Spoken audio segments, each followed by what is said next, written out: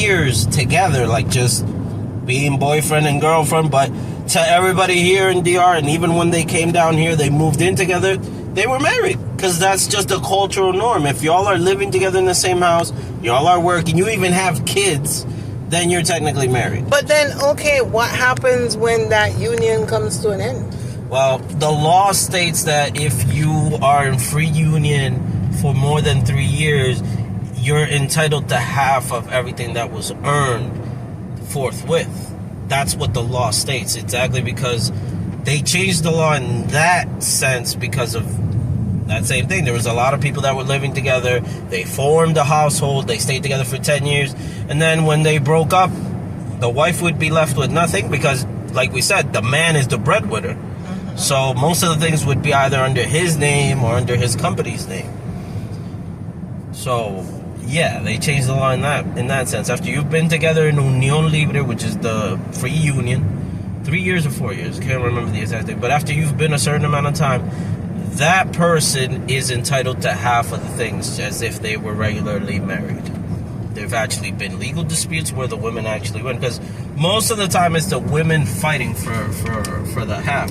Now, there's another thing here, and I know a lot of guys are probably going to be triggered by that, but usually here, when there's a dispute in between, usually you leave the wife the house so they can take care of the kids and the appliances like the stove and all of that stuff.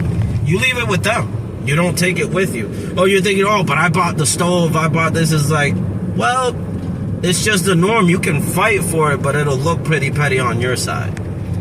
I'm telling you, because I've seen it happen, and most of the time when there's a fight, it's the guy that leaves the house, even if it's his house. Okay. Yeah.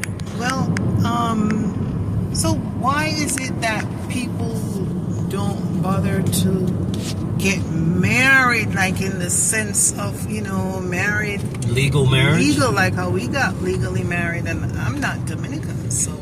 Well, the thing is that, and that's a story for another time, but you've seen all the hoops we had to jump through just to get married. And a lot of people feel it's like, hey, we love each other. We don't need a piece of paper to prove that.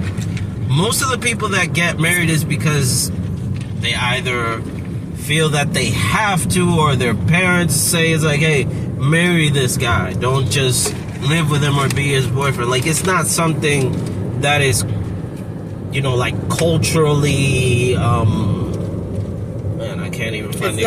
It's not a must. It's not a requirement. It's not required. Exactly. It's not a requirement to have a relationship. Like, even if you spend years together, it's not a requirement to just be married. Now, even in the law, you've seen how you asked me about men and women and their roles. Even in the law, it is said that the man's responsibility is to win bread, go out and work, and make sure that the household is maintained structurally and keep the family safe. While the mother is tasked with taking care of the kids, keeping the place clean, and even making sure that the finances are run by the man, in the sense that she lets him know all of the expenses or all the things that need to be taken care of in the household. So do you think it's that way as we go into the 2025s and on, that the younger women are still opting for that, or they're opting for being single or actually being legally married? I believe now, going into 2025, a lot of the women have been, how could I say it, like, their mindset has been changed into the fact that they're looking for sugar daddies. That's the honest thing. They're looking for people dating up, in a sense. Yeah, okay. And they don't usually marry unless they have a clear goal or something that they're going to get. I know a lot of women are going to hate when I say that, but it is what it is. A lot of the men don't look for that kind of commitment either. They just want to date, have a good life. They want someone to take care of them. That's why when a man, and a lot of men, Dominican men, look for women that could cook and clean and they could take care of them, so they can work all day and come back home to a home. Going into 2025, I think it really depends on where you're living, like the territory. You see right now, we're going through a place called Luperon. Here is what you would call a campo.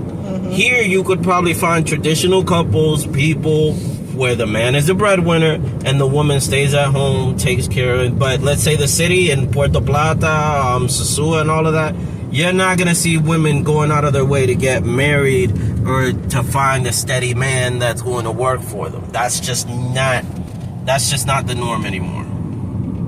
It has to do a lot with your upbringing, your traditional views, and it has to do with where you're from too.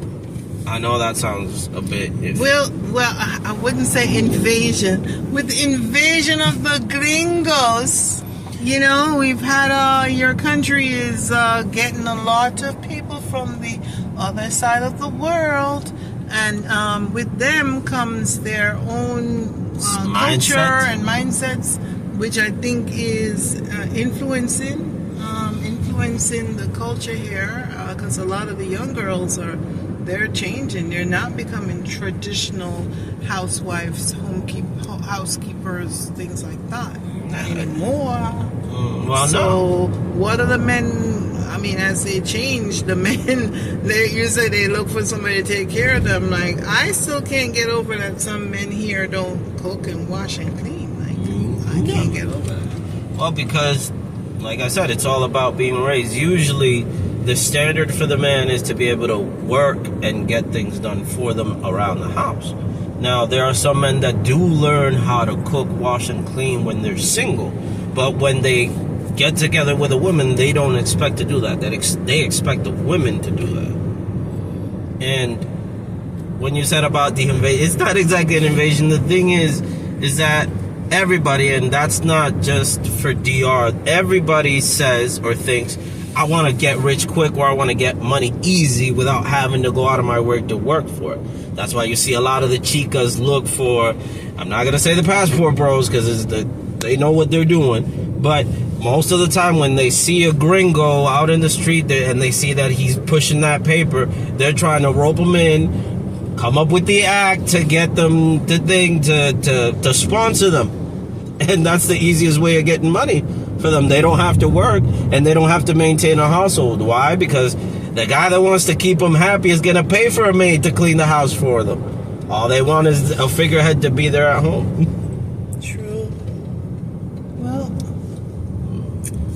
you know, things change, times change, and people change. So there's nothing that's constant but change. So we have to expect change. Hopefully it's change for the better. Well, there is one thing I have to say about the change. And as a Dominican who was half raised in the United States, so I'm kind of like more culturally open-minded in that sense, is that if you don't, and you've told me this yourself, sometimes when you don't look to your past and see the past mistakes, you're prone to repeat them. Exactly. And that's something that's happening right now. You see a lot of people that come to DR with a certain mindset. They don't do their research. They don't check what they're getting into. They go to certain parts of the island expecting one thing or another, or they're just taking the advice out of people who have only come and visited for 2 or 3 days. There's other YouTubers that I've seen them. They do give a proper input, but some of them are just speaking nonsense, or some of them are even speaking like they've been here for years and they've only been for a month, or don't keep their data updated on the current views, or they only speak about one certain part. Like, let's see, for me as a Dominican, I hadn't gone to Punta Cana ever as an adult till a year ago when we went? Yeah, and I was pleasantly amazed. I liked it, but there's a lot of things that I still need to check out, but I liked it. Now, the ambiance, it seems way more calculated, seems more controlled, the traffic and everything. But you wouldn't think, oh, you live in this country, you've never gone to a place. Well, yeah, because I was raised to just be in my surroundings, be content with what I got, and not go for that much for other things. I'm what you would call a traditionally raised Dominican, although after living with me for 2 years, you know that I'm way more open-minded than the regular guy. Yes, you are.